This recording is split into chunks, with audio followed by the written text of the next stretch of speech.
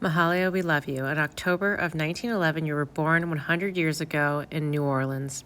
This painting and quilted together words behind her is an ode from Faith Ringgold to Mahalia Jackson, one of the most influential gospel singers in the 1900s. This painting is not just a portrait, but also shares words thanking her for her gift of song and the legacy she left with her voice. Today we're going to be starting our creation of a symbolic portrait using words, but also a transfer of a portrait of any of these African American figures that you might have learned about in guidance or have seen outside on the board. So our goal is to choose one and dig a little deeper into words that represent their legacy. So you can pause, look at the list, and try to figure out who you'd like to research further. So I picked Maya Angelou, and her word that was already on the page was right. After a little bit of research, I found a few other words that represented her, maybe where she's from, what she was active in, to help illustrate her without actually using her face. All right, we're going to pause for a second, and we're going to draw a sketch of our diagram. So first you need a square with two diagonal lines from each corner, finding the middle. Then you need a vertical and a horizontal line also going through the middle, so you have these 8 equal parts. Now, our goal is to put these words into the triangles. So think of these diagonal lines as your bottom line, and the rest of the triangle is the top. You want to reach the letters so they touch both the top and the bottom. You want them still to go up and down, not really slant, but as if you were writing in between 2 parallel lines, the top of your big letters would touch the top. It's the same concept, except for it has to just keep reaching until it hits the top of the shape. This might take a little bit of practice, but we're going to try to do this so that way it kind of mimics what she did within her triangles, filling up that space. Also, long words might not work. So like North Carolina is 2 different words, and I kind of put them in 2 different triangles next to each other. All right, the next thing we're going to do is we're going to choose 2 pieces of paper to make the triangles for this. So our goal is to make 4 triangles that are one pattern and 4 triangles that are another. So first we need to make squares. So we're going to take one corner, fold it down on each of our papers like this, so that way we can cut off this little extra edge to make a square.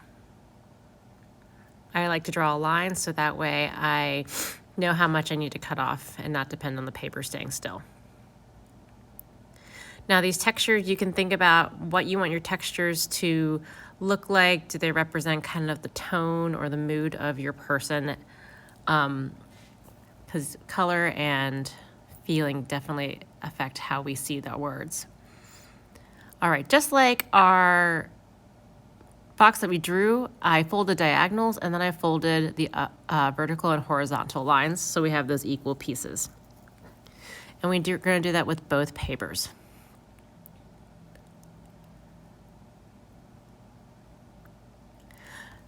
Now, like I said, we need 8. This is 16, so we actually only need half of each. Once you folded it, you're going to cut these in half, and I have half my purple stripe and half my orange stripe. Save the other ones, we need those for later. But once you have 4 and 4, go ahead and cut them out as carefully as you can.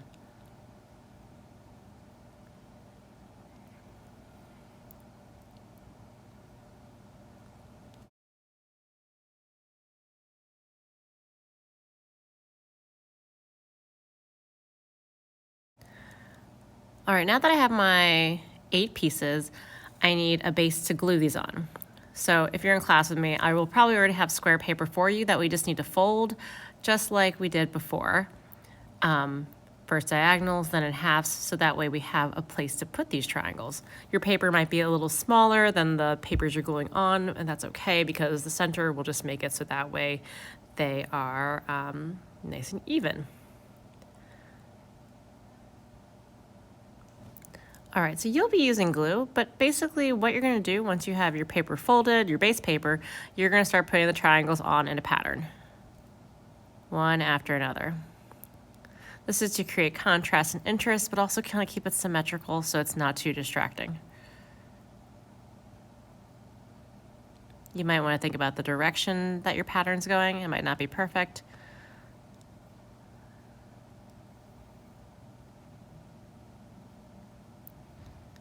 And there's okay if there's a little bit of overlapping. All right, here's the fun part. Now we're going to start to put our words onto the triangles, kind of like we did in our sketchbook. Of course, definitely use a pencil first.